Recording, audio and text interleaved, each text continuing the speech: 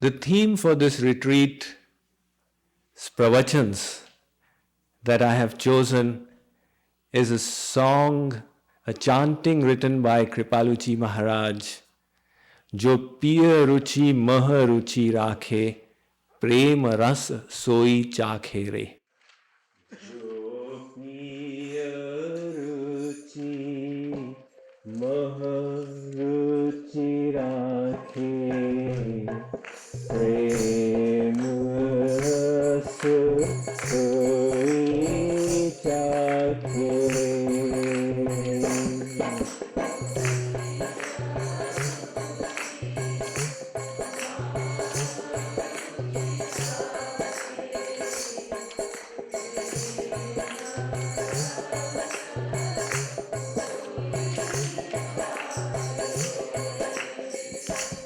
जो Piya Ruchi Maha Ruchi Rakhey, प्रेम रस सोई चाखे रे.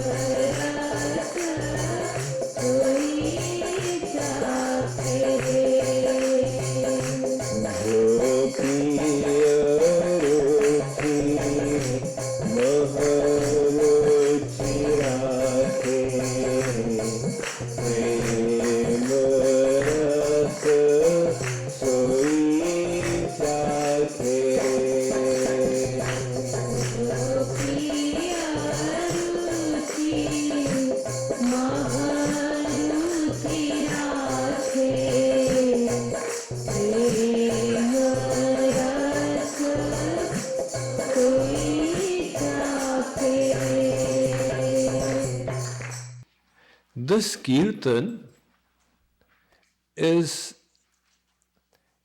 otherwise Kripaluji Maharaj, every keertan is very special. But from the philosophic viewpoint, this keertan is most amazing. The sage Narad has described the tattva of bhakti in 84 sutras in his scripture called Narad Bhakti Darshan.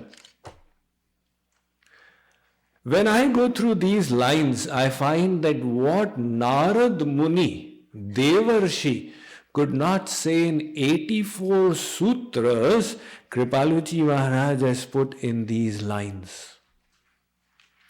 If we understand these lines on the topic of divine love, there is nothing that remains to be understood.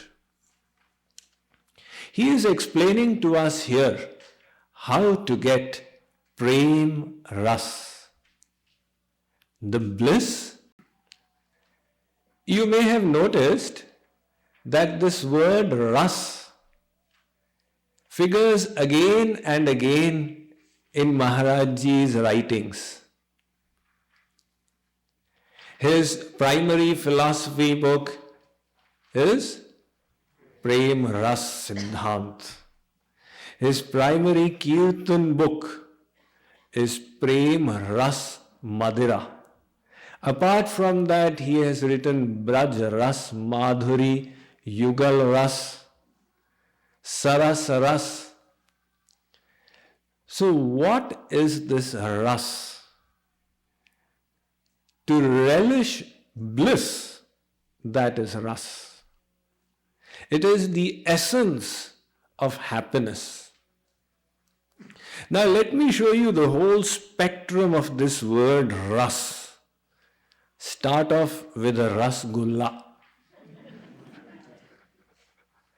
This rasgulla is a favorite Indian sweet because it gives the person eating the experience of ras. The same rasgulla, if it is made in milk, the ras becomes greater, it becomes ras malai. Anybody's mouth watering? To that, if you add elaichi, cardamom, the ras increases further. And throw some kesar on top, the ras increases even further. So, in the material realm, all the rasas can be divided into three categories. One is tamasic ras, the other is rajasic ras, and the third is sattvic ras. In other words, the ras of the mode of ignorance, the ras of the mode of passion, and the ras of the mode of goodness. So what is this tamasic ras? For example, if somebody irritated you and caused harm to you, and you experienced the emotion of anger, and you gave vent to your anger, you get ras. You tell your friend, this fellow was troubling me so much, I taught him such a lesson, he will remember for life.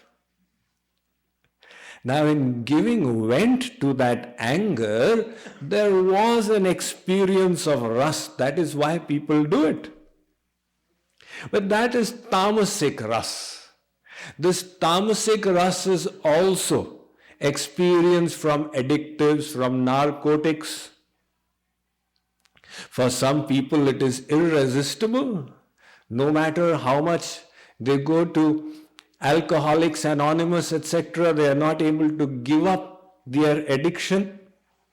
So the tamasic ras is highly destructive to the soul. It throws the person in deep darkness. Higher than that is the rajasic ras. That is the ras we get when the senses come in contact with the objects. That gives the experience of ras. Like, for example, when your tongue comes in contact with the jalebi. So this ras is a higher experience. However, this rajasic ras of the mode of passion is also not at all satisfying. In fact, it is very disturbing to the mind. Because, first of all, one creates a desire with the senses. And then when the object is received, that desire goes away. And the experience of ras is in the release of the desire. Try and understand this point. Let's say you're getting an itch somewhere. Now it's a pain. It's irritating. You scratch it. What a relief. So what you did was you released the pain. And then it is not a solution because that itch is going to come back. Then again you scratch it. Then again it comes back. Again you scratch it. So this is the rajasic ras that you get by enjoying the objects of the world. The mode of passion. Higher than that is the sattvic ras, from the mode of goodness, when the mind becomes peaceful, calm, serene. The sattvic ras is experienced in serving others, in acquiring knowledge, in practicing compassion, goodness, kindness. This is elevating to the soul, but not yet liberating. That sattvic ras is much higher than the rajasic and tamasic rasas. However, even the sattvic ras cannot satisfy the soul, because the soul is divine and the soul is looking for its divine experience. That is the ras of God. The speciality of the divine ras is, firstly, it is infinite in extent. Secondly, once received, it will always remain. Unlike the hangover that one gets after drinking at night, the next morning there's a hangover. But the divine ras, tad Vishnu paramam padam sada pashyanti suraya. That ras, once we get, we will get it forever. After that, there will never be any discontentment. But even in the divine realm, there are many categories, many varieties. There is the bliss of the formless aspect of God, of the Nirakar Brahma. That is called Brahmanand. It is so amazing that great kings, they rejected their kingdom like a piece of straw, renounced their whole family, everything, and sat in the forest to experience Brahmanand. However, even beyond that is the bliss of the personal form of God. That is infinite times the bliss of the formless. That is why the Saint Tulsidas says,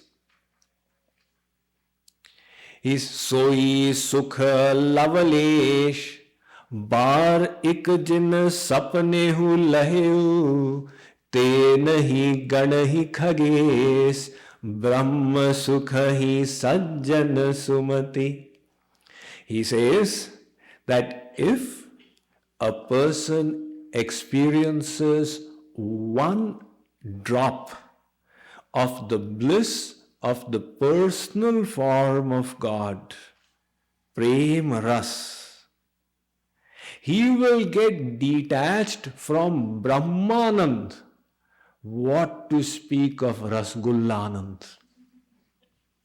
And the Bhagavatam gives us examples of such jnanis who were situated at that platform where they were relishing the bliss of Brahmanand. And yet when they had the experience of Premanand, they naturally got detached and attracted to the personal form.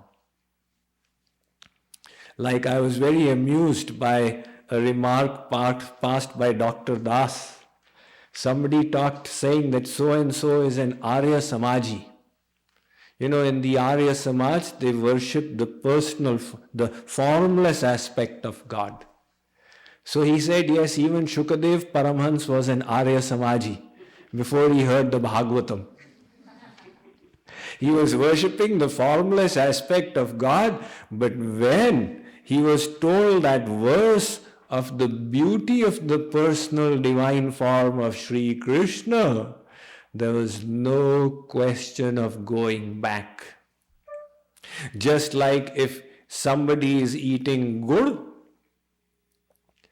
gur for those who have not come from India is very crude form of molasses.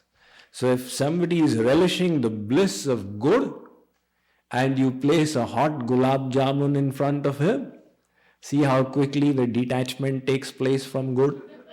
So that is what happened to Shukadev Paramahans. In that divine love bliss, there are other categories that will be described further. But Kripaluji Maharaj here is talking about that Prem Ras, the highest ras. Shri Krishna is the biggest rasik. He is called Rasik Shiromani. And he is considered rasik in two ways. Rasayate iti rasaha, rasyate iti rasaha. Just like Radhaji. We are now in the Raseshwari Radharani temple. So Radhaji, this word Radha has two meanings. She who worships Krishna, the number one worshipper of Krishna is Radha. And she who is worshipped by Krishna, Krishnena aradhyate iti Radha. Similarly, Krishna is a Rasik Shiromani in two ways. He grants ras to the devotees and he experiences ras himself. In both ways he is rasik. He experiences ras from his devotees. But if you become a little philosophic, you will wonder, why does God need ras from us, puny, insignificant souls? He is called Atmaram. Atmaram means that personality who is complete in himself. He has no need of anything external.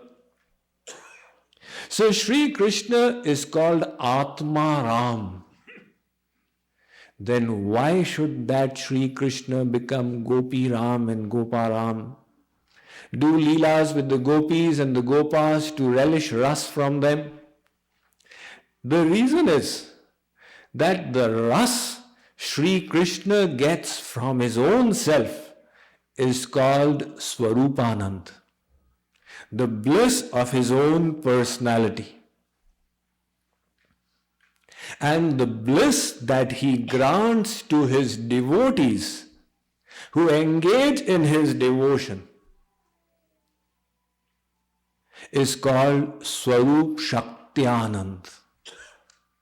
The bliss of his Swarup Shakti, his Yogamaya power. So himself he experiences Swarupanand. To his devotees he grants Swarup Shakti-Anand. That Swarup Shakti-Anand is sweeter than his own bliss. So he grants his devotees a higher level of bliss, and then he sits inside the devotee and relishes that bliss from within the devotee. So the bliss that he gets from his devotees is higher than his own bliss. And that is why he becomes a slave of his devotees. We hear such things. Aham bhaktah paradhino hyasvatantra ivadvija. Shri Krishna says in the Bhagavatam, I am not independent. I am a slave of my devotees. Why is Shri Krishna enslaved by his devotees? Why is a child enslaved by the television? Because he is getting very high bliss from there. Shri Krishna is enslaved by his devotees because he is experiencing the Swarup Shakti-Anand from them. And that is why we hear these amazing pastimes when he descends in this world. He displays how he dances to the tune of his devotees. So Kripaluji Maharaj says, Albelo hamaro yaar prem ke bandhan mein. Albela means strange. Where there is no love, his rule is different. Where there is love, his rule is different. So nahi jaat samadhin yogin jai, नाचत थे ब्रज नारिन की तार प्रेम के बंधन में. Big yogis spent ages sitting in the Himalayas in samadhi that they should get a glimpse of the light of God. And he doesn't care to enter their samadhi to give them his darshan. And that same God is dancing. The gopis say, Shri Krishna, dance. We will give you chach. You know what is chach? All the Gujaratis will tell you. You take out the butter from the yogurt and what you get is chach. So the gopi says, I'll give you chach, dance. And Sri Krishna is dancing. That Lord whose Maya, material energy, makes us all dance, he is being made to dance by the gopis. That is the power of his love. So this ras, divine love, bliss, prema, ras, is the ultimate, the highest thing that the soul can ever hope to achieve or attain. There is nothing higher. So some people are by nature ambitious. Some are easygoing. Some are ambitious. You know, in school I have to be the highest. In sports I have to be the first. In business I have to be the richest. So what is your ambition? To go ahead of Bill Gates? That's puny. What is the ambition? To get a riddhi, siddhi, mystic powers? That's puny. If we wish to be ambitious, why not be ambitious for the ultimate thing? That power which can make God dance. As one saint says, दौलत मिली है इश्क की, अब और क्या मिले? I have got the wealth of divine love. What else remains? वो चीज मिल गई है जिससे खुदा मिले. I have got that thing by which you get God. But this divine love, God does not give it easily. It's the last thing he gives. The sage Narad in his Bhakti Darshan, he says, Prakashyate kwapi patre.